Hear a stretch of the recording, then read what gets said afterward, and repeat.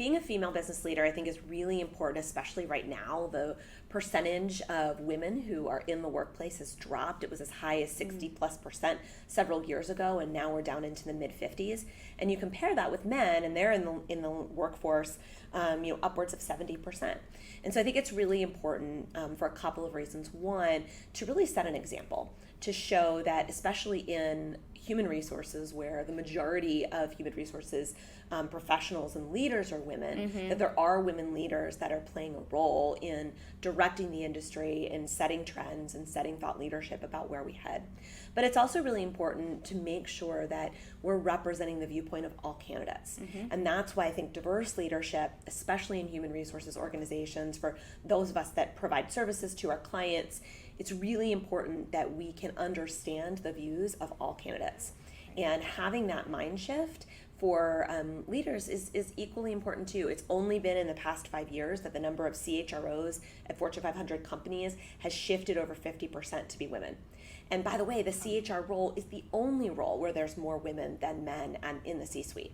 And so I think as female business leaders, it's important that we step up and say it is important to have equal representation. Women are just as much, if not more, in terms of your consumers. And so you've got to be able to think like them. You've got to be able to understand the individual and unique challenges that we face as women in order to recruit them, retain them, and ultimately sell to them as your customers. Absolutely. I mean, I think, for me, I think I mentioned mentorship, and that has always been a really big part. And I've had male mentors as well. So it's not just having, female leaders that have mentored me throughout my career, but, going through the different phases as a woman as well, like having babies and, trying to come back from maternity leave. Some women obviously don't have the ability to come back and, take a step back in their careers. So it's how do we bring them back into the workforce? That returnship program that I'm seeing a lot of companies talk about. It's a passion project of mine as well.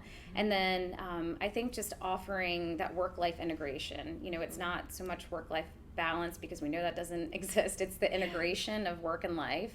And then I think bringing other females up the ladder too, like putting a hand down and bringing them up is, for me, really important to show that whatever stage of your life that you can be at the seat, have a seat at the table and have the important conversations. And to your point, take that into the C-suite, because that is a huge need. And the studies out there, I know are having a female executive in a boardroom makes the organization, they're 10 times more profitable, they're more creative, they have more compassion. So hopefully something that continues on too. I think in addition to that, the complementary element is also playing a role in being vocal when it comes to policy. 10 years ago, I think I probably was more fearful to speak out about how I felt when it came to policy, when it came to decisions that our government is making, both at the state, local, and federal level. But I do think it's important that we think about how the policy is, particularly for our businesses, how the policies that are being created are affecting women in the workplace, right? If you don't have affordable daycare, women can't return to work, right? Because they are 70% more likely to be the one that stays at home or to sacrifice their career than their spouse, if their spouse identifies as a male. I think it's thinking about the policies in terms of equal pay and pay transparency. We're already seeing those policies pop up in places like Colorado and California. The more we do that, the more we support that and we're vocal about that, I think that will also help women to recognize that, actually, I am being paid less and there are inequities here.